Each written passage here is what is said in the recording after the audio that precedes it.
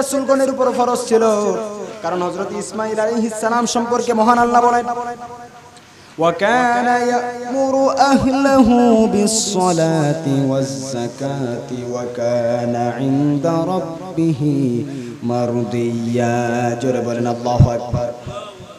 আল্লাহ হযরত ইসমাঈল আলাইহিস সালামের গুণ বর্ণনা করছেন। আল্লাহ বলেন, হযরত ইসমাঈল আলাইহিস সালাম তিনি তার পরিবারকে নামাজ এবং যাকাতের আদেশ করতেন, আর তিনি তার প্রতিপালকের কাছে খুব প্রিয় ছিলেন। সুবহানাল্লাহ বলেন। আবার হযরত মূসা আলাইহিস সালামকে মহান আল্লাহ অর্ডার করলেন, ইন্নানি আনাল্লাহু লা ইলাহা ইল্লা আনা ফা'বুদনি ওয়া আকিমিস সালাতা লিযিকরি। জোরে বলেন আল্লাহু আকবার। মহান আল্লাহ বলেন, হে মূসা শুনে রাখো, আমি হলাম আল্লাহ, আমি ছাড়া কোনো ইলাহ নাই, সুতরাং আমার ইবাদত করো আর আমার স্মরণের জন্য নামাজ আদায় করো। সুবহানাল্লাহ বলেন। আবার হযরত ইব্রাহিম আলাইহিস সালাম দোয়া করলেন, যেই দোয়াটা সূরা ইব্রাহিমে এসেছে। ইব্রাহিম আলাইহিস সালাম আল্লাহর কাছে দোয়া করলেন, রব্বি জাআলনি মুকিমাস সালাতি ওয়া মিন যুররিয়্যাতি রব্বানা ওয়া তাকাব্বাল দুআ। জোরে বলেন আল্লাহু আকবার। হযরত ইব্রাহিম আলাইহিস সালাম আল্লাহর কাছে দোয়া করলেন, আল্লাহ আমাকে নামাজ প্রতিষ্ঠাকারী বানান, আমার বংশধরকেও নামাজ প্রতিষ্ঠাকারী বানান, আমার দোয়া কবুল করুন। সুবহানাল্লাহ বলেন। রাহমাতুল্লাহি ওয়া বারাকাতুহু। ইন্নাল হামদালিল্লাহিল আকরামিল্লাযী খালাকাল ইনসানা ওয়া কাররামা ওয়া 'আল্লামাহু মিনাল বায়ানি মা লাম ইয়া'লাম। فسبحان الذي لا يحصى امتنانه باللسان ولا بالقلم. نشهد أن لا إله إلا الله وحده لا شريك له، ونشهد أن سيدنا وحبيبنا ومولانا محمدا عبده ورسوله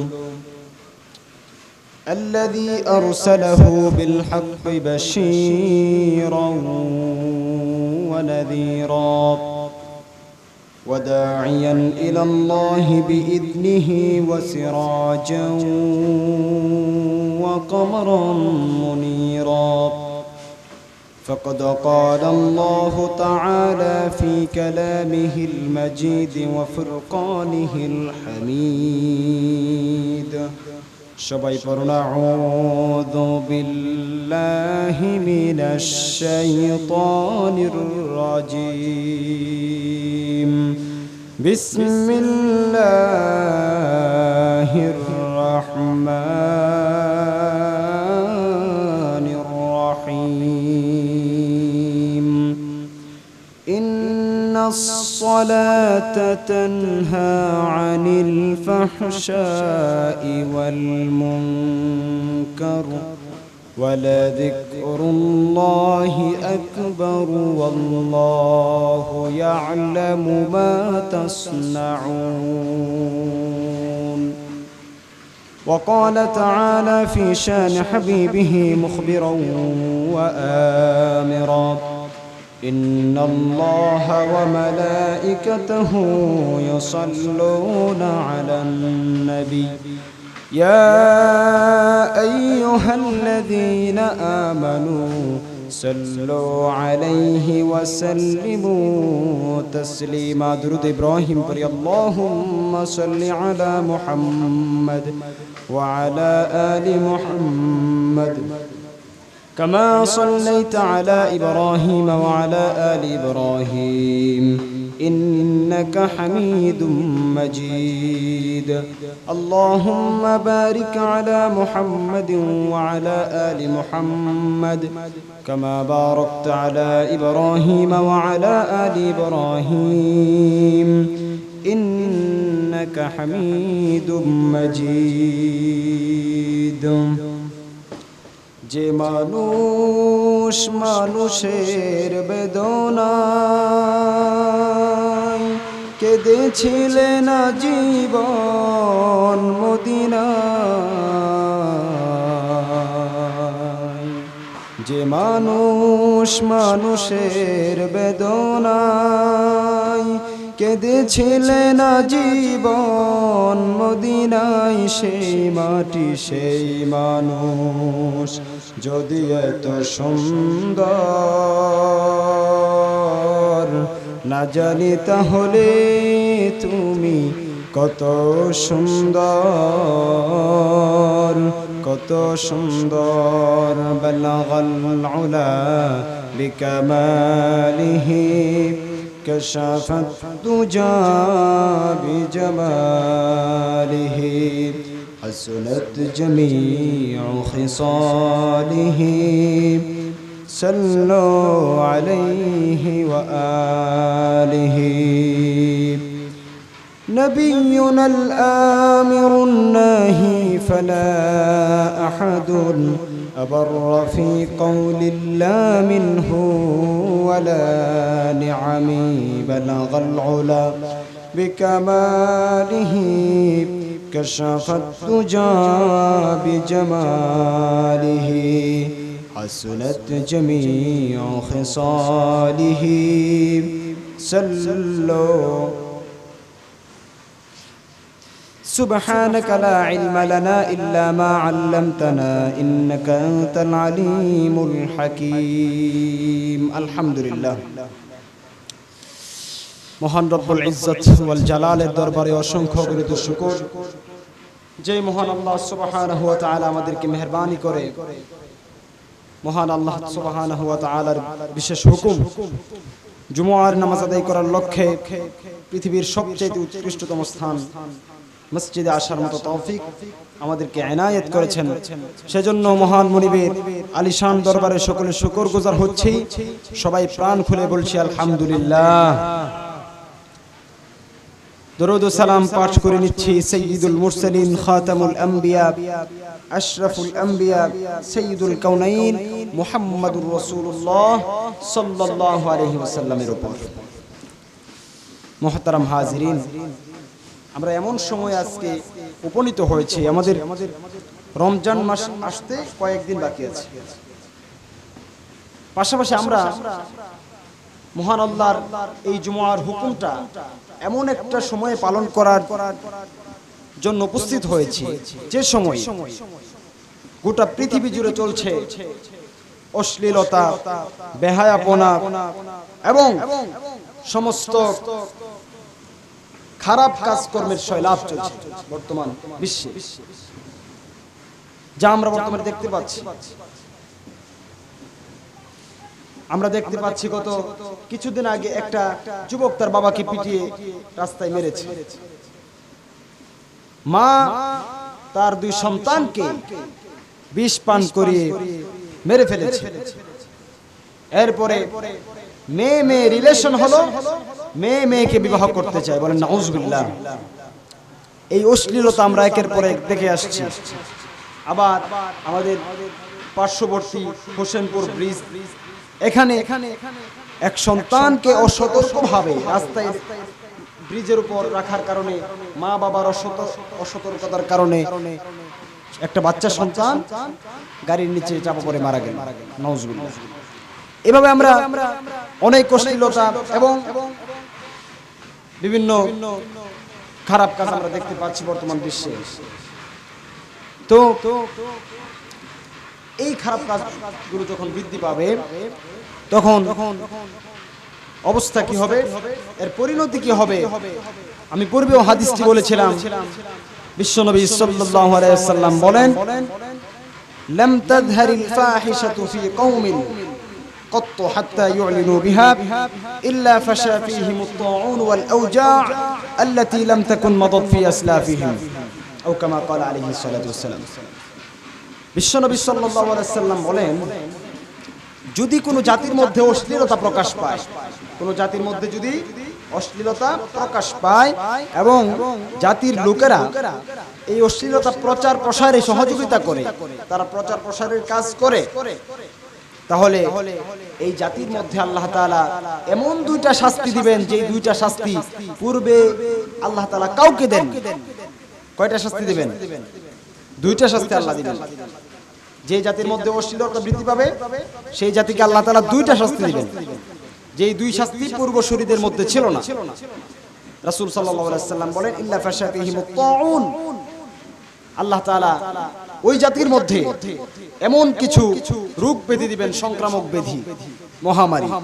বর্তমানে মহামারী আছে না নাই? মহামারী আছে না? করোনা ভাইরাস চলছে। এরপরে ওয়াল আউজা, দুর্ভিক্ষ, এমন মহামারী আর এমন দুর্ভিক্ষ আল্লাহ তাআলা ওই জাতির উপর চাপায় দিবেন, মানুষ কল্পনাও করতে পারবে না। পূর্বে তারা দেখে নাই এমন দুর্ভিক্ষের কথা, তারা শুনে নাই। পূর্বসূরীদের কাছ থেকে এমন মহামারীর কথাও তারা শুনে নাই। এমন মহামারী আর দুর্ভিক্ষের সম্মুখীন সেই জাতি হবে। নাউজুবিল্লাহ বলেন। তাহলে যেই জাতির মধ্যে অশ্লীলতা বৃদ্ধি পাবে সেই জাতির মধ্যে আযাব গজব আছে না নাই? মুহতারাম হাজরিন, সেই আযাব থেকে বাঁচতে হলে আমাদেরকে অশ্লীলতা ছাড়তে হবে। একেবারে ব্যক্তিগত জীবন থেকে শুরু করে রাষ্ট্রীয় জীবন পর্যন্ত, আন্তর্জাতিক জীবন পর্যন্ত অশ্লীলতা থেকে যদি আমরা বিরত থাকতে চাই, তাহলে আমাদের প্রথম একটি কাজ, যে কাজটি করলে পরে সমস্ত অশ্লীলতা থেকে আমরা বাঁচতে পারবো, সেই কাজটা, সেই কাজের কথা পবিত্র কোরআন আমাদেরকে জানাচ্ছে। বলেন সুবহানাল্লাহ। মহান আল্লাহ বলেন ইন্নাস সালাতা তানহা আনিল ফাহশাই ওয়াল মুনকার। ও দুনিয়ার মুসলমান শোনো, দুনিয়াতে যত অশ্লীলতা, মারামারি, হানাহানি, যত খুনাখুনি হয়, সমস্ত অশ্লীলতা বন্ধ করার জন্য যেই কাজটা সবচেয়ে বেশি অবদান রাখে সেই কাজটা হলো নামাজ। সুবহানাল্লাহ বলেন। তার মানে কেউ যদি নামাজ পড়তে পারে তার মধ্যে অশ্লীলতা থাকবে? কেউ ব্যক্তিগত জীবনে যদি নামাজি হয়ে যায় তাহলে সে ব্যক্তিগত জীবনে অশ্লীল কাজ করতে পারে? সামাজিকভাবে যদি কেউ নামাজি হয়ে যায়, মানে সামাজিকভাবে নামাজ প্রতিষ্ঠিত হয়ে যায়, এই সমাজে আর অশ্লীলতা থাকবে? থাকবে না। যদি রাষ্ট্রীয়ভাবে নামাজ প্রতিষ্ঠিত হয়ে যায়, সেই রাষ্ট্রের মধ্যে অশ্লীলতা থাকতে পারে না। আন্তর্জাতিকভাবে যদি এই নামাজকে প্রতিষ্ঠিত করে দেওয়া হয় তাহলে পুরো বিশ্বের সমস্ত অশ্লীলতা দূর হয়ে যাবে। সুবহানাল্লাহ বলেন। এজন্য আমাদেরকে নামাজি হতে হবে, নামাজ পড়তে হবে। মুহতারাম হাজিরিন, এই বিষয়কে সামনে রেখে আজকে আপনাদের সম্মুখে নামাজের গুরুত্ব এবং ফজিলত সম্পর্কে সংক্ষিপ্ত কিছু আলোচনা করব। ওয়া মা তাওফীকি ইল্লা বিল্লাহ। নামাজের কেমন গুরুত্ব? পবিত্র কোরআনের সূরা হুদে মহান আল্লাহ বলেন ওয়া আকিমিস সালাতা তারাফাইন নাহারি ওয়া যুলাফাম মিনাল লাইল ইন্নাল হাসানাতি ইউযহিবনাস সাইয়্যাতি যালিকা যিকরা লিয-যাকিরিন। জোরে বলেন আল্লাহু আকবার।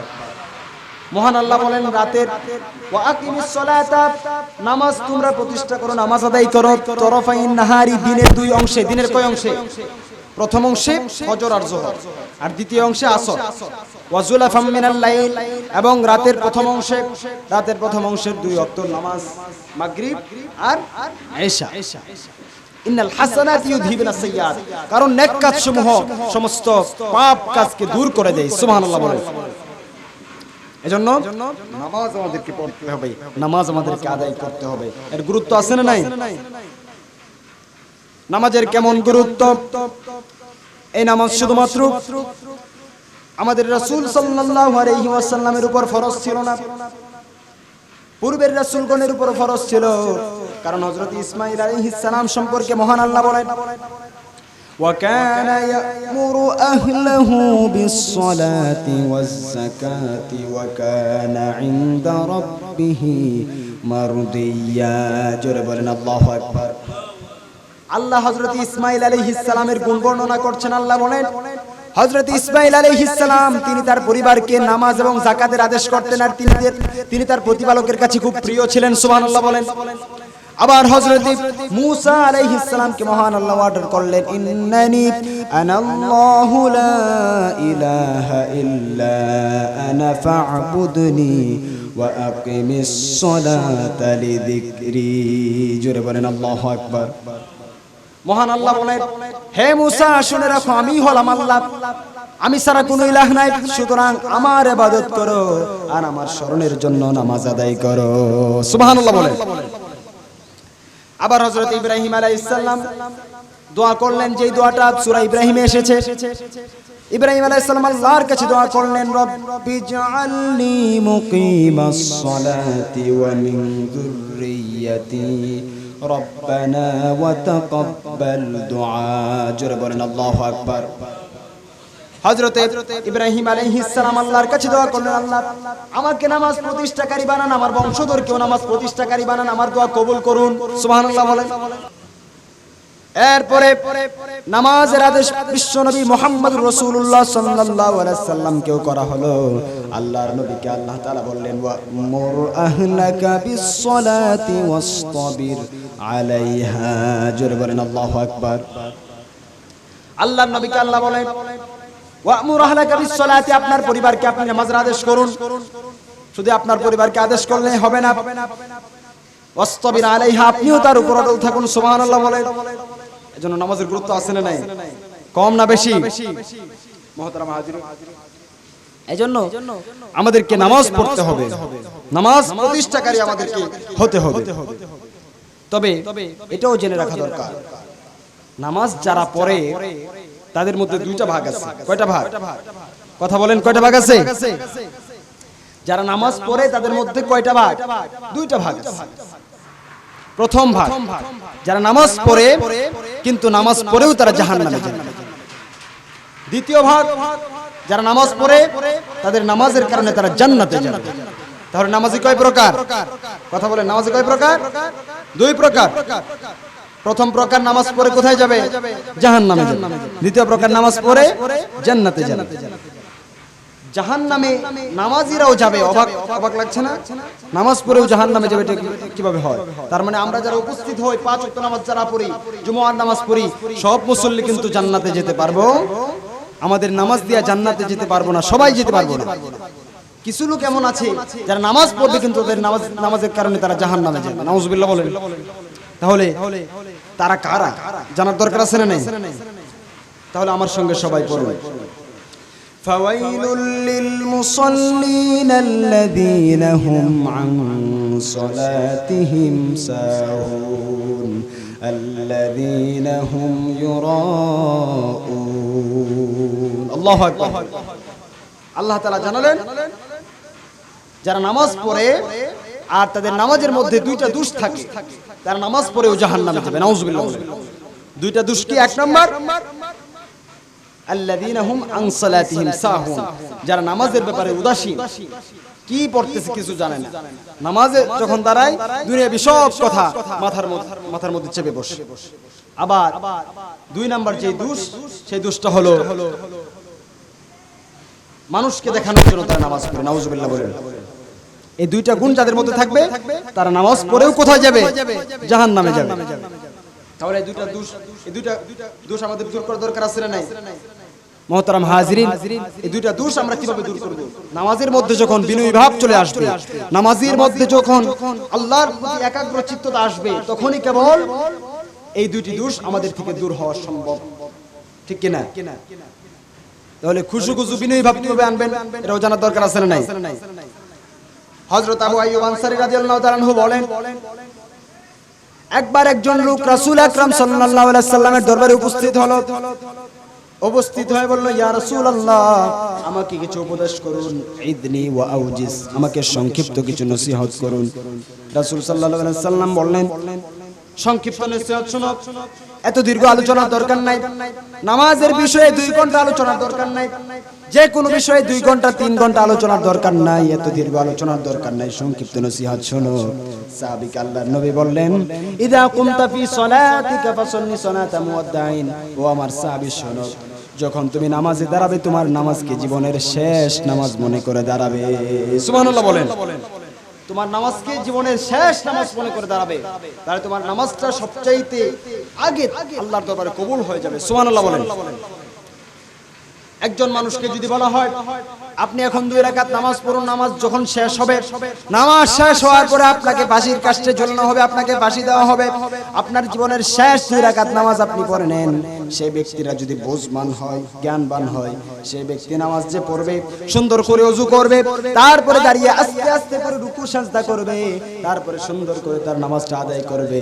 আমার বন্ধুগণ, ঠিক তেমনি ভাবে একজন মানুষ যখন তার নামাজকে জায়নামাজ যখন বিছায় দেয়, আর যখন সে চিন্তা করে আমার নামাজটা জীবনের শেষ নামাজ, এই চিন্তা করে যখন কোন মুসল্লি চাই নামাজে দাঁড়াতে পারে সেই নামাজটা মহান আল্লাহর দরবারে সহজেই কবুল হয়ে যাবে। সুবহানাল্লাহ বলেন।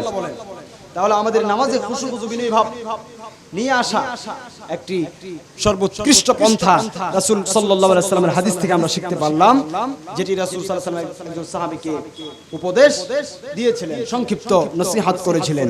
মানে আমার নামাজকে জীবনের শেষ নামাজ মনে করে দাঁড়াবো, তাহলেই কেবল নামাজের মধ্যে বিনয়ী ভাব আনা সম্ভব হবে। আলহামদুলিল্লাহ বলেন। আশ্চর্যের ব্যাপার হলো যেই দুইটা দোষের কারণে নামাজি জাহান্নামে যাবে, এই দুইটা দোষ মানুষকে নেফাকের দিকে নিয়ে যায়, কারণ এই দুইটা দোষ মুনাফিকের হয়ে থাকে। নাউজুবিল্লাহ বলেন। আল্লাহ তাআলা বলেন, ওয়া ইযা কামু ইলাস সালাতি কামু কুসালা ইউরাউনান নাস ওয়া লা ইয়াযকুরুনাল্লাহা ইল্লা কালিলা। আল্লাহু আকবার বলেন। আল্লাহ তাআলা বলেন, মুনাফিকরা যখন নামাজে দাঁড়ায় তাদের নামাজে দুইটা দোষ দেখা দেয়। কয়টা দোষ?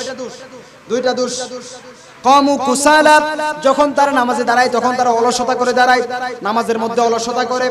ইউরাউনান নাস, দুই নাম্বার দোষ হলো তারা মানুষকে দেখানোর জন্য নামাজ পড়ে। তার মানে দুইটা দোষ যাদের মধ্যে থাকে তাদেরকে দুইটা দোষ নেফাকির দিকে নিয়ে যায়। নাউজুবিল্লাহ বলেন। তাহলে দুইটা দোষ ছাড়তে হবে যাতে আমরা নামাজ পড়েও জাহান্নামে না যাই। এবার আসুন, নামাজ পড়ে কারা জাহান্নামে যাবে না জান্নাতে যাবে? দ্বিতীয় প্রকার নামাজি। আল্লাহ তাআলা সূরা মুমিনুনে বলেন, ক্বাদ আফলাহাল মুমিনুনাল্লাযীনা হুম ফি সালাতিহিম খাশিউন। আল্লাহু আকবার বলেন। ওই সমস্ত মুমিন সফলকাম যারা তাদের নামাজে বিনয়ী ভাব অর্জন করতে পেরেছে, খুশু খুশু অর্জন করতে পেরেছে, তারা সফলকাম। তারা দুনিয়াতেও সফলকাম, আখিরাতেও তারা জান্নাতের আলা মাকামে অবস্থান করবে। জোরে বলুন সুবহানাল্লাহ। তাহলে যারা নামাজ পড়ে জাহান্নামে যাবে তারা কারা? যাদের নামাজে দুইটা দোষ পাওয়া যায়। কয়টা দোষ? দুইটা দোষ। এক নাম্বার, তারা নামাজে অলসতা করে, উদাসীনতার সঙ্গে নামাজে দাঁড়ায়। দুই নাম্বার, মানুষকে দেখানোর জন্য নামাজ পড়ে। আর যারা নামাজ পড়ে জান্নাতে যাবে তাদের নামাজের একটি মানে প্রধান মৌলিক গুণ হচ্ছে তারা নামাজে খুশু খুশু বজায় রাখবে, নামাজকে একবারে বিনয়ী ভাবে খুব একাগ্র চিত্ততার সঙ্গে নামাজটা আদায় করবে। সুবহানাল্লাহ বলেন। তাহলে আমরা চাই না আমাদের নামাজটা আল্লাহর দরবারে কবুল হোক? আমরা চাই না?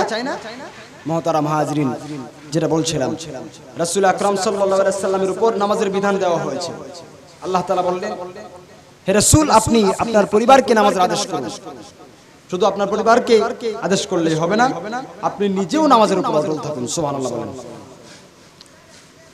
সেই আদেশের প্রতিক্রিয়া কেমন হলো? রাসূল আকরাম সাল্লাল্লাহু আলাইহি ওয়াসাল্লামকে আদেশ দেওয়া হলো, হে রাসূল, আপনি আপনার পরিবারকে নামাজের আদেশ করুন আর নিজেও নামাজের উপর অটল থাকুন। রাসূল সাল্লাল্লাহু আলাইহি ওয়াসাল্লাম সেই আদেশ কিভাবে পালন করলেন?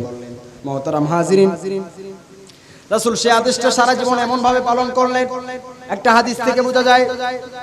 আবু দাউদ শরীফের হাদিস, হযরতে আয়েশা রাদিয়াল্লাহু তাআলা আনহা বলেন, রাসূল আমাদের সঙ্গে কথাবার্তা বলতেন, কাজকর্ম করতেন এবং অন্যান্য পারিবারিক যে সমস্ত কাজকর্ম আছে এগুলোতে কখনো রাসূল আমাদেরকে সাহায্য সহযোগিতা করতেন, কিন্তু যখন নামাজের সময় হয়ে যেত তখন রাসূল নামাজের জন্য চলে যেতেন। দুনিয়ার কোন মুহাব্বত, দুনিয়ার কোন বাধা রাসূলকে আটকাতে পারতো না। রাসূল সাল্লাল্লাহু আলাইহি সাল্লাম নামাজের জন্য এমন ভাবে চলে যেতেন যেন তিনি আমাদেরকে চেনেন না। সুবহানাল্লাহ বলেন। রাসূল সাল্লাল্লাহু আলাইহি ওয়াসাল্লাম আমাদের থেকে এমন ভাবে বিদায় নিতেন, আযান যখন হয় যেত এমন ভাবে তিনি আমাদের থেকে বিদায় নিতেন যেন তিনি আমাদেরকে চেনেন না। সে রাসূল যখন মৃত্যু শয্যায় শায়িত হয়ে গেলেন, আমাদের কারো যখন মরণ হয়, মৃত্যু শয্যায় যখন কেউ শায়িত হয়ে যায়, তার শেষ কথাটা তার ছেলেকে নিয়ে হয়, শেষ কথাটা তার মেয়েকে নিয়ে হয়, তার স্ত্রীকে নিয়ে হয়, বা তার স্বামীকে নিয়ে হয়, অথবা তার মা বাবাকে নিয়ে হয়। কিন্তু রাসূল আকরাম সাল্লাল্লাহু আলাইহি ওয়াসাল্লামের শেষ কথাটা হযরত ফাতিমার জন্য ছিল না, রাইহানাতান ফিদ দুনিয়া ওয়াল আখিরাত, হাসান হুসাইনের জন্য ছিল না। রাসূলের শেষ কথাটা গারে সাওরের সঙ্গে হযরত আবু বকরের জন্য ছিল না। রাসূলের শেষ কথাটা হযরত ওমর ফারুকের জন্য ছিল না, উসমান জিন্নুরাইনের জন্য ছিল না, হযরত আলী কারামাল্লাহু ওয়াজহার জন্য ছিল না।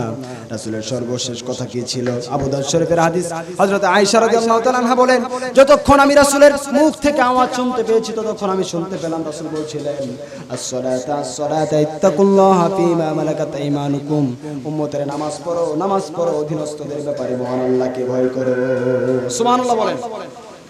রাসূলের সর্বশেষ উপদেশ যেটা ছিল, সর্বশেষ কথা উম্মতদের জন্য রাসূল বলে গেলেন, নামাজ পড়ো, অধীনস্থদের ব্যাপারে মহান আল্লাহকে ভয় করো। সুবহানাল্লাহ ওয়া বিহামদিহি। কারণ নামাজের গুরুত্ব আছে না নাই? মুহতারাম হাজিরিন, রাসূলের পরশে থেকে সাহাবায়ে কেরামে নামাজের গুরুত্ব এমন শিখেছেন তারা। হযরত ওমর ফারুক রাদিয়াল্লাহু তাআলা আনহু, হযরত ওমর ফারুক রাদিয়াল্লাহু তাআলা আনহু, হযরত ওমর ফারুক রাদিয়াল্লাহু তাআলা আনহু যখন নামাজের ইমামতি করছিলেন, ওনার খেলাফতকালে নামাজের ইমামতি যখন তিনি করছিলেন, এমন অবস্থায় একজন ইহুদি বর্ষা মারল। ওমর ফারুক মাটিতে লুটিয়ে পড়লেন, তিনি বেহুশ হয়ে গেলেন। পিছন থেকে আব্দুর রহমান ইবনে আউফ রাদিয়াল্লাহু তাআলার সামনে অগ্রসর হলেন ইমামতির জায়নামাজে। হযরতে ওমর ফারুক রাদিয়াল্লাহু তাআলার সংজ্ঞা যখন ফিরে আসলো, যখন তিনি হুঁশ ফিরে পেলেন, তখন কেউ নামাজের কথা মনে করিয়ে দিল। তখন তিনি বললেন, না'আম লা হাদ্দা ফিল ইসলাম লিমান লা সালাতা লাহু। শুনে রাখো, অবশ্যই নামাজ পড়তে হবে। যে ব্যক্তি নামাজ পড়লো না, ইসলামে তার কোনো অংশ নাই। নাউজুবিল্লাহ। নামাজ যে পড়লো না, ইসলামে তার কোনো অংশ নেই।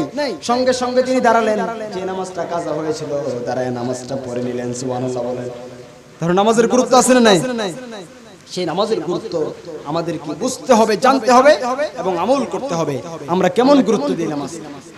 দেখেন, আজকে আমরা নামাজের দিকে ধাবিত হচ্ছে না, অশ্লীলতার দিকে আমরা ধাবিত হচ্ছি। কেন কেন আমরা ধাবিত হচ্ছি? নামাজটা আমাদের উপর ফরজ ছিল। আপনার উযর থাকলে আপনি দাঁড়ায় যদি না পড়তে পারেন, বসে নামাজ পড়েন, তাও নামাজ আপনাকে পড়তে হবে। বসে যদি আপনি পড়তে না পারেন, আপনি শুয়ে পড়েন, তাহলে তারপর আপনাকে পড়তেই হবে। আপনি যদি শুয়ে পড়তে না পারেন নামাজ, আপনি ইশারায় নামাজ পড়েন, তাহলে তারপরে আপনাকে নামাজ পড়তেই হবে। নামাজ ছাড়ার কোনো সুযোগ নাই, নামাজ পড়তেই হবে। মুহতারাম হাজিরিন, আপনি সমস্যা থাকলে ফরজটা আদায় করে নেন। সুন্নতে যদি আপনার সমস্যা হয়, অন্তত ফরজটা পড়েন, তারপরে নামাজটা কেন আপনি ছাড়লেন? মুহতারাম হাজিরিন, এজন্য নামাজের গুরুত্ব আছে না নাই? মুহতারাম হাজিরিন, নামাজ কি গুরুত্ব দিতে হবে? নামাজের গুরুত্ব যদি আমরা দিতে পারি, তাহলে ফজিলত লাভ আছে না নাই? লাভ আছে না? নামাজের কিছু লাভ আছে। আসুন আমরা জানি নামাজের ফজিলত বা নামাজের লাভ কি। নামাজ পড়লে আমাদের লাভ কি হবে? হযরত আবু যর গিফারি রাদিয়াল্লাহু তাআলা একজন সাহাবী ছিলেন। তিনি এটি বর্ণনা করেছেন, হাদিসটি মুসনাদ আহমদ ইবনে হাম্বলে এসেছে। হাদিসটি হযরত আবু যর গিফারি রাদিয়াল্লাহু তাআলা আনহু, তিনি এবং রাসূল আকরাম সাল্লাল্লাহু আলাইহি ওয়াসাল্লাম শীতকালে ঘর থেকে বের হলেন। লক্ষ্য করলেন রাসূল সাল্লাল্লাহু আলাইহি ওয়াসাল্লাম একটা গাছ থেকে পাতা ঝরে পড়ছে। একটা গাছ থেকে পাতা ঝরে পড়ছে। আবু যর গিফারি রাদিয়াল্লাহু তাআলা আনহুকে লক্ষ্য করে রাসূল সাল্লাল্লাহু আলাইহি ওয়াসাল্লাম গাছের দিকে অগ্রসর হলেন। গাছের একটি শাখা ধরলেন, পাতা আরো বেশি ঝরতে লাগলো। তখন আবু যর কি রাসূল আকরাম সাল্লাল্লাহু আলাইহি ওয়াসাল্লাম ডাক দিলেন, হে আবু যর। আবু যর গিফারি রাদিয়াল্লাহু তাআলা আনহু বললেন, লাব্বাইকা ইয়া রাসূলুল্লাহ, হে আল্লাহর রাসূল, আমি উপস্থিত হলাম।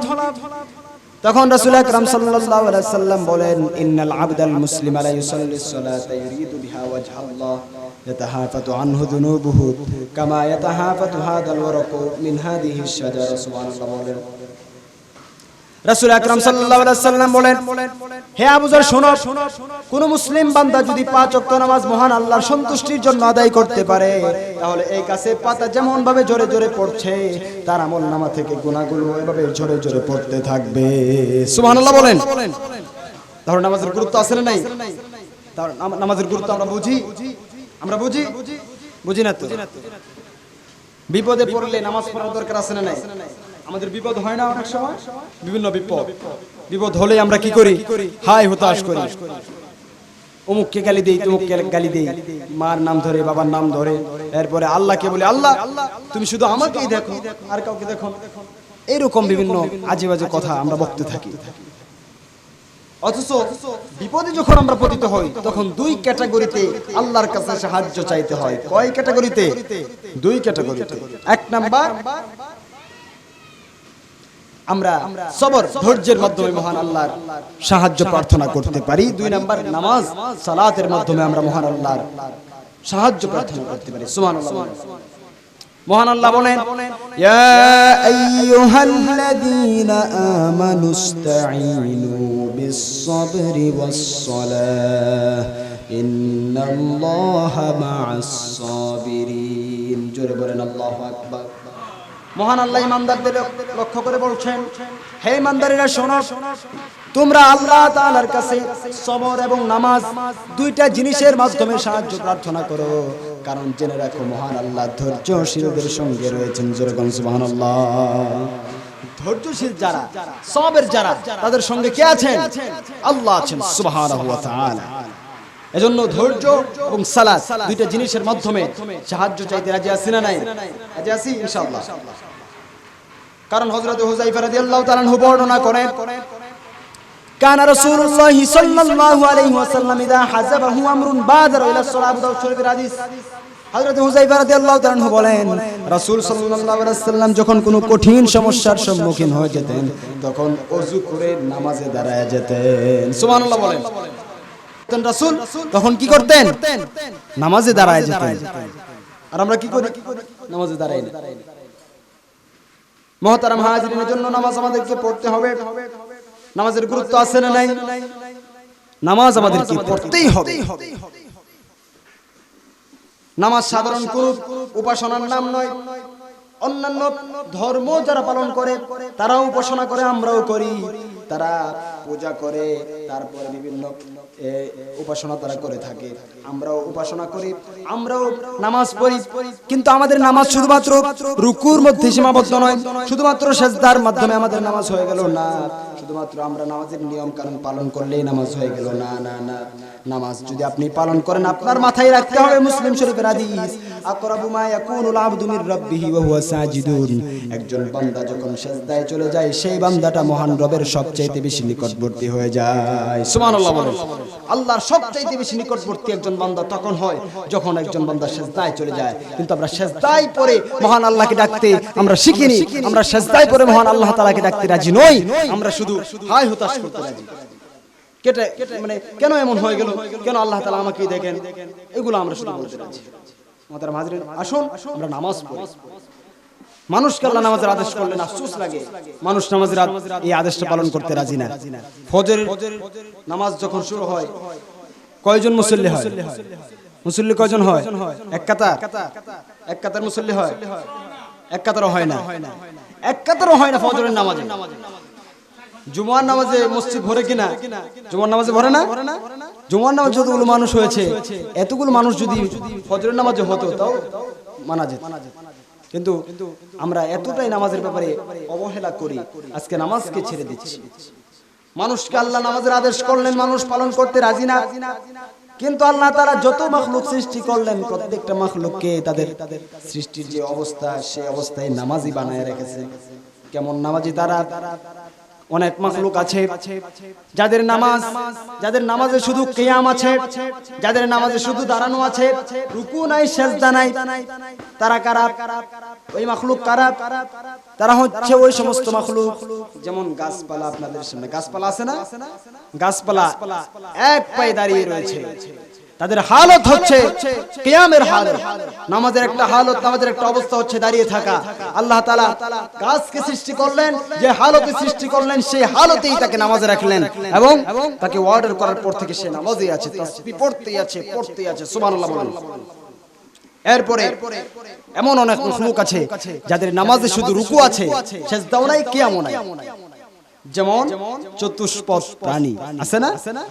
তারা রুকুর মধ্যে আল্লাহর তাসবিহ পড়ে। আপনি তো দেখেন শুধু তারা হাঁটাহাঁটি করে, আপনার চোখের সামনে দৌড়াদৌড়ি করে না, তারা মহান আল্লাহ তাআলার তাসবিহ সব সময় পড়ছে এবং তারা রুকুর হালতে আছে। সুবহানাল্লাহ বলেন। অনেক মাখলুক আছে যাদের হালত হচ্ছে সিজদার হালতে আছে, যেমন সাপ, বিচ্ছু। আবার অনেক মাখলুক আছে যাদের হালত হচ্ছে তাশাহুদের হালতে, বসে থাকার হালত। তাশাহুদের অবস্থায় যখন আমরা বসে থাকি, সেই বসার হালত, তাদের নামাজে রুকু নাই, কিয়ামও নাই, সিজদাও নাই, তাদের নামাজে আছে তাশাহুদে হাঁটু গেড়ে বসে থাকার হালত। সেই হালতে তারা বসে আছে, যেমন পাহাড় পর্বত আছে না নাই? এই হালতে তারা প্রত্যেকেই তাদের সৃষ্টির যে হালত, সৃষ্টি সূচনা থেকে যে হালতে তাদেরকে সৃষ্টি করা হয়েছে, সেই হালতেই তারা নামাজে আছে। সুবহানাল্লাহ বলেন। কুল্লুন কদ আলিমা সালাতাহু ওয়া তাসবিহা। মুহতারাম হাজিরিন, কিন্তু আমরা সে নামাজের গুরুত্ব জানি না। মুহতারাম হাজিরিন, যে নামাজের গুরুত্ব দেয় মান হাফাযা আলাস সালাতি আকরামাহুল্লাহু বিখামসি খিসালিন। নামাজি ব্যক্তির পুরস্কার 5টি। কয়টি? নামাজি ব্যক্তির পুরস্কার কয়টি বলেন? নামাজি ব্যক্তিকে মহান আল্লাহ তাআলা 5টি পুরস্কার দিবেন। 1 নাম্বার, ইয়ারফাউ আনহু দিকাল আইশ, আল্লাহ তাআলা তার থেকে রিজিকের অভাব দূর করে দেন। সুবহানাল্লাহ। আমাদের রিজিক দেন কে? খাওয়ান কে? নাকি আমরা ব্যবসা করে খাই, উপার্জন করে, এরপরে ক্ষেত খামারে কাজ করে, গাড়ি চালিয়ে, গার্মেন্টসে চাকরি করে, এগুলো আমরা করে উপার্জন করে খাই না? আল্লাহ খাওয়ান, আল্লাহ খাওয়ান। কিন্তু আমাদেরকে ওসিলা বানালেন। আল্লাহ বললেন নামাজ শেষ হয়ে গেলে রিজিক রিজিক তালাশ করার জন্য তোমরা নেমে পড়ো, রিজিক তালাশ করো। আমাদেরকে আদেশ করলেন ওসিলা বানালেন। অকর্মা হয়ে বসে থাকা যাবে না। কিন্তু আমাদেরকে খাওয়ান কে? আল্লাহ। আমাদেরকে রিজিক দেন কে? সব সময় আমাদেরকে স্নেহ আর রহমতের চাদর দিয়ে ঢেকে রেখেছেন কে? বিশ্বাস হয় এটা? যদি বিশ্বাস হয়, দেখেন সূর্যের যে উত্তাপ আমাদের মাঝে পড়ছে, সূর্যের উত্তাপ আছে না? সহ্য হয়? সহ্য হয় না প্রায় সময়, খুব কষ্ট হয়। বিদ্যুৎ না থাকলে বিদ্যুতের লোককে খুব গালিগালাজ করতে পারি আমরা। এই সূর্য যে আমাদের কাছে একেবারে আলো পৌঁছিয়ে দেয়, মহান আল্লাহর একটা হুকুম। এই সূর্য সম্পর্কে আমরা কখনো গবেষণা করেছি, চিন্তা করেছি? আল্লাহর কোন নিয়ামত সম্পর্কে আমরা চিন্তা করি না। আমাদের পৃথিবীর উপরে ভাগে যে বায়ুমণ্ডল আছে তাতে কিছু স্তর রয়েছে, troposphere, stratosphere, mesosphere, thermosphere, exosphere. আমাদের পৃথিবীর বায়ুমণ্ডলে এসব পুরো স্তর দিয়ে গঠিত। দ্বিতীয় স্তর স্ট্র্যাটোস্ফিয়ারের টুপু স্তর আছে, যাকে বলা হয় ওজোন স্তর। আমাদের মহাকাশে প্রতি সেকেন্ডে নিক্ষিপ্ত হয় মারাত্মক তেজস্ক্রিয় উল্কাপিণ্ড। আবার সূর্য থেকে পৃথিবীর দিকে যে অতি ক্ষতিকারক অতিবেগুনি রশ্মি এবং গামা রশ্মি পৃথিবীর দিকে ধেয়ে আসে, এর কোনোটা যদি পৃথিবীতে প্রবেশ করতে পারতো তাহলে কোনো প্রাণী বেঁচে থাকতে পারতো না, আপনি আমি বেঁচে থাকতে পারতাম না। এই ওজোন স্তর এসব ক্ষতিকারক উপাদানগুলোকে স্ক্যানিং করে পৃথিবীতে প্রবেশে বাধা দেয়, আর মাখলুকের জন্য, সৃষ্টিজীবের জন্য উপকারী উপাদানগুলোকে পৃথিবীতে প্রবেশের সুযোগ করে দেয়। যেরকম সুবহানাল্লাহ। এই ব্যবস্থা কে করলেন? মুহতারাম হাজিরিন। তারপরেও আমরা আল্লাহকে গালি দিই, সব দোষ আল্লাহ, আমাদের কোনো দোষ নাই। আমরা আল্লাহর হুকুম পালন করি না, নামাজ পড়ি না, আল্লাহর বিধান যাকাত দেই না, রোজা রাখি না, কিচ্ছু করি না, জিকির আজকার করি না, কোরআন তেলাওয়াত করি না, আমাদের কোনো দোষ নাই। সব দোষ হয়ে গেছে আল্লাহ।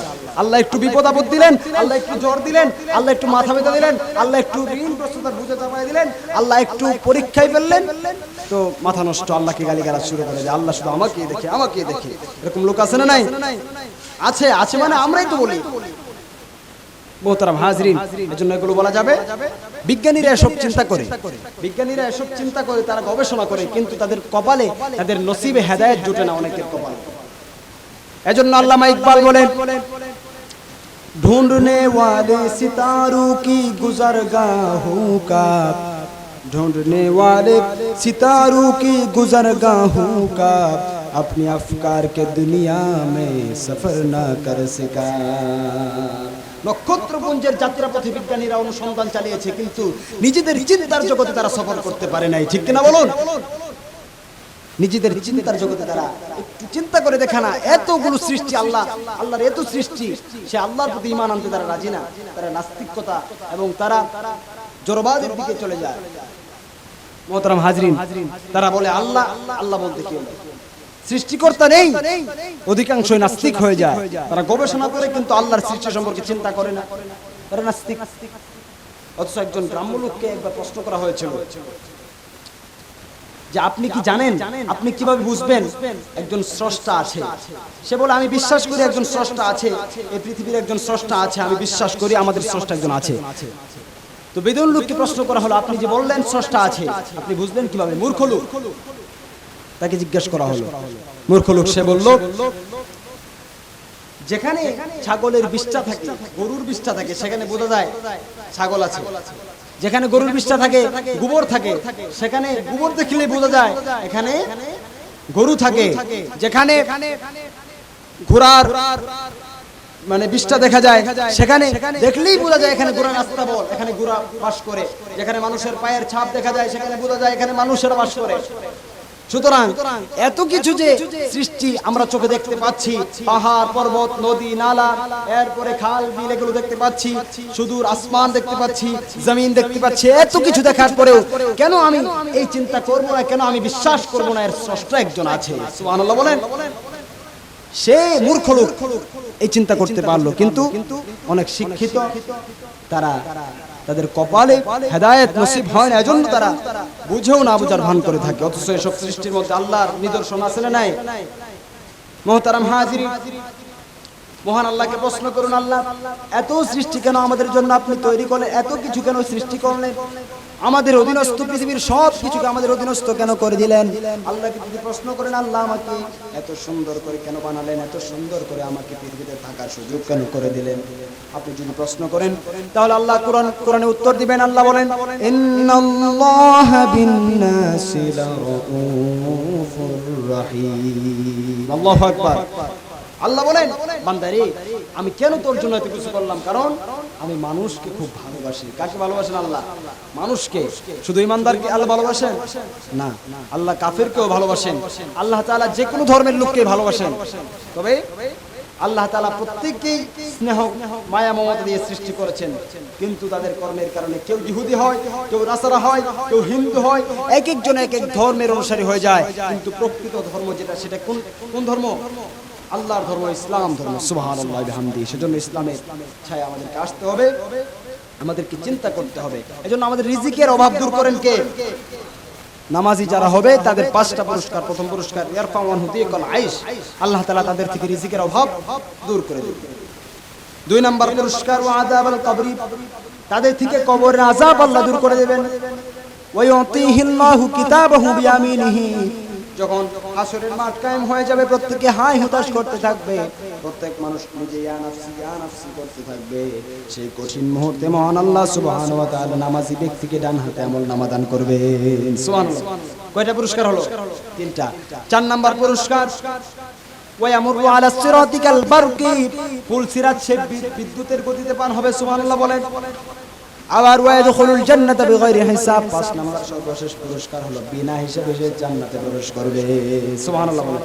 বিনা হিসাবে জান্নাতে প্রবেশ করা যাবে যদি আমরা নিয়মিত নামাজ পড়ি, নামাজের উপর মুদাওয়ামাত, নামাজের উপর আমরা অটল থাকি, তবেই কেবল আমরা বিনা হিসাবে জান্নাতে যেতে পারবো। কারণ হিসাব নিলে আমরা কেউ রক্ষা পাবো না। আল্লাহ যদি হিসাব নেন, আমরা কেউ রক্ষা পাবো? কেউ পৃথিবী সৃষ্টির শুরু থেকে নিয়ে কিয়ামত পর্যন্ত সমস্ত আমলও যদি আল্লাহর কাছে পেশ করে, জান্নাতের একটা ধূলিকণার সমান হবে না, হবে না। কিন্তু মহান আল্লাহ এই ব্যবস্থা করলেন, আল্লাহর রহমতে আমাদেরকে তিনি যদি জান্নাত দেন, তাহলে আমরা কেবল জান্নাতে যেতে পারবো।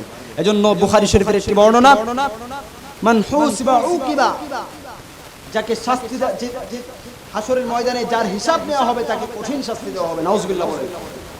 এজন্য আমরা আল্লাহর কাছে দোয়া করব, আল্লাহ আল্লাহুম্মা হাসিবনি হিসাবাই ইয়াসিরা। পড়ুন, আল্লাহুম্মা হাসিবনি হিসাবাই ইয়াসিরা। এই দোয়াটা বেশি বেশি করব, কারণ আল্লাহ যদি সেদিন আমাদেরকে ধরেন, আমরা কেউ হিসাব দিতে পারবো না আমাদের কাজে, আমাদের সময়ের হিসাব দিতে পারবো? আমরা যে এই আল্লাহর নিয়ামতগুলো ভোগ করছি, পুরো নিয়ামতের হিসাব আমরা দিতে পারবো না। এজন্য আল্লাহর কাছে ধরা খাওয়ার আগে নিজের কাছে ধরা খেতে হবে, নিজেকে প্রশ্ন করতে হবে, আমি আখিরাতের জন্য কতটুকু পাথেয় অর্জন করতে পেরেছি, আমার নামাজের মাধ্যমে আল্লাহকে সন্তুষ্ট করতে পেরেছি কিনা। 1 নাম্বার, আমি নামাজি হতে পেরেছি কিনা, আমি নামাজি হতে পেরেছি কিনা এটা প্রশ্ন। আমি এখনো নামাজি হতে পেরেছি কিনা। আমার বয়স 20 বছর হয়ে গেছে, 30 বছর, 40 বছর। নামাজের সময় যখন হয় তখন আমি মসজিদের পাশ দিয়ে অতিক্রম করে যাই, কিন্তু নামাজের জন্য মসজিদে আসি না। আমি নামাজি হতে পেরেছি কিনা এটাই প্রশ্ন। আপনাকে প্রশ্ন করতে হবে, নিজের মনকে নিজে প্রশ্ন করেন। 2 নাম্বার, আপনার নামাজ, আপনি যে নামাজ পড়ছেন, নামাজি হয়ে গেছেন কথার কথা, নামাজি হওয়ার পর আপনার নামাজ কবুল হচ্ছে কিনা আপনার দ্বিতীয় প্রশ্ন। এই 2টা প্রশ্নকে মাথায় রেখে নামাজ পড়ুন, আল্লাহর দরবারে কবুল হবে। জোরে বলি ইনশাআল্লাহ। এজন্য নামাজ পড়ার দরকার আছে না নাই? নামাজ আমরা পড়বো। নামাজের গুরুত্ব এবং ফজিলত প্রচুর রয়েছে, কিছু বললাম। সর্বশেষ হযরত হানজালা উসাইদি রাদিয়াল্লাহু তাআলা আনহু একজন সাহাবী ছিলেন। সেই সাহাবী তিনি বর্ণনা করেন, মান হাফাযা আলাস সালাওয়াত, যে ব্যক্তি 5 ওয়াক্ত নামাজকে সংরক্ষণ করতে পারবে, 5 ওয়াক্ত নামাজকে, আলা উযুইহা ওয়া মাওয়াকিতিহা, তার ওযু এবং ওয়াক্তসমূহ ইহতিমাম করে পড়তে পারবে, ওয়া রুকুইহা ওয়া সুজুদিহা, রুকু সিজদা ভালোভাবে আদায় করতে পারবে, ইয়ারাহা হাক্কান লিল্লাহি আলাইহি, নামাজকে নিজের উপর আল্লাহর পক্ষ থেকে হক মনে করবে, এই কাজগুলো কেউ যদি করতে পারে হুররিমা আলান নার, তার উপর জাহান্নামের আগুনকে হারাম করে দেওয়া হবে। সুবহানাল্লাহ বলেন। এজন্য নামাজ পড়া দরকার আছে না নাই? যারা জান্নাতে চলে যাবে লক্ষ্য করবে এক প্রকার লোক আছে, তাদেরকে লক্ষ্য করে জান্নাতীরা জিজ্ঞেস করে কিসে তোমাদেরকে জাহান্নামে নিয়ে এসেছে? জাহান্নামীরা বলবে ক্বালু লাম নাকু মিনাল মুসাল্লিন। নাউযুবিল্লাহ বলে। জাহান্নামীদের যে প্রথম দোষের কথা তারা বলবে, নিজেদের দোষের কথা নিজেরাই বলবে, আমরা নামাজই ছিলাম না, আমরা নামাজ পড়তাম না। এজন্য নামাজের দরকার আছে না নাই? নামাজের দরকার আছে, নামাজ আমাদেরকে পড়তে হবে, নামাজ ছাড়ার কোনো সুযোগ নাই, নামাজ ছাড়াই যাবে না, কারণ এটা ফরজ ইবাদত। কারণ আমরা শুনে এসেছি আউয়ালু মা ইউহাসাবু বিহিল আবদু ইয়াউমাল কিয়ামাতি সালাতুহু, একজন বান্দার হিসাব সর্বপ্রথম নামাজের হিসাব হবে। নামাজ যদি ঠিক হয়ে যায়, নামাজের হিসাব যদি কেউ ঠিক মতো দিতে পারে, অন্যান্য ইবাদত সহজেই ঠিক হয়ে যাবে। আর নামাজের হিসাবে যদি গরমিল লাগে, নামাজের হিসাব ভালো করে দিতে না পারে, তাহলে অন্যান্য সমস্ত আমল ফাসিদ বলে গণ্য হবে, অন্যান্য আমল আল্লাহর কাছে গ্রহণযোগ্য হবে। এজন্য নামাজের গুরুত্ব আমাদেরকে দিতে হবে, নামাজ বেশি বেশি পড়তে হবে, আমাদেরকে বেশি বেশি নফল নামাজের ইহতিমাম করতে হবে, বিশেষ করে ফরজ নামাজ পড়ব এবং ওয়াজিব সুন্নাতের পাশাপাশি নফল নামাজ আমরা বেশি বেশি পড়ব। নফল নামাজ পড়ার একটা উপকারিতা আপনাদেরকে আমি বলি। নফল নামাজ পড়লে যে লাভ হয় তার মধ্যে একটি লাভ হলো, কেউ যদি নফল নামাজের ইহতিমাম করতে চায়, ইহতিমাম করে নফল নামাজ নিয়মিত পড়ে, কথার কথা আসরের আগে 4 রাকাত যে সুন্নাত, এটি মুস্তাহাব পর্যায়ে এবং এটি নফল মানদুব বলা হয় এটিকে। এই নফল নামাজ সহ অন্যান্য নফল নামাজ, ধরেন কথার কথা আউবেনের নামাজ, চাশতের নামাজ, এরপরে সালাতুল হাজাত, এরপরে জোহরের পরে 2 রাকাত পড়লেন, এশার পরে অতিরিক্ত 2 রাকাত পড়লেন, মাগরিবের পরে অতিরিক্ত 2 রাকাত পড়লেন, এই নফল নামাজগুলো পড়লে পরে কেউ যদি এগুলো গুরুত্বের সঙ্গে পড়তে পারে, যে নফল নামাজ গুরুত্বের সঙ্গে পড়তে পারবে, তার থেকে সুন্নত চলে যাওয়াটা অসম্ভব, সুন্নত তার থেকে ছুটবে না। আবার যে সুন্নতকে নিয়মিত পড়তে পারে, তার থেকে ফরজ ছুটবে না। কিন্তু অলসতা যদি শুরু হয়ে যায়, আরে নফল তো নফলই, নফলের গুরুত্ব নফলের স্থানে, তাহলে সুন্নতের মধ্যে অলসতা আসবে, সুন্নতে অলসতা আসলে ফরজে অলসতা আসবে। এজন্য আসুন নামাজের ইহতিমাম করতে আমরা শিখি, আমরা নামাজের ইহতিমাম করি, যাতে করে আমরা আমাদের জান্নাতের পথকে সুগম করতে পারি, জান্নাতে আমরা সহজেই যেতে পারি। আল্লাহ তাআলা আমাদেরকে তৌফিক দান করুন, জোরে বলেন আমিন। আল্লাহ তাআলা আমাদের সকলকে এই কথাগুলোর উপর আমল করার, বোঝার এবং আমলে নেওয়ার তৌফিক দান করুন। পাশাপাশি আমাদেরকে আল্লাহ তাআলা 5 ওয়াক্ত নামাজি হিসেবে কবুল আর মঞ্জুর করে আমাদের সকলকে জান্নাতের মেহমান হিসেবে কবুল আর মঞ্জুর করুন, সবাই বলি আমিন। হাদা মা ইনদু ওয়াল ইলমু ইনদাল্লাহ, আলাইহি তাওয়াক্কালতু ওয়া ইলাইহি উনীব। আসসালামু আলাইকুম ওয়া রাহমাতুল্লাহি ওয়া বারাকাতুহু। যারা সুন্নাত পড়েন নাই, কবর আর জুমা ছাড়া সুন্নাত পড়েন।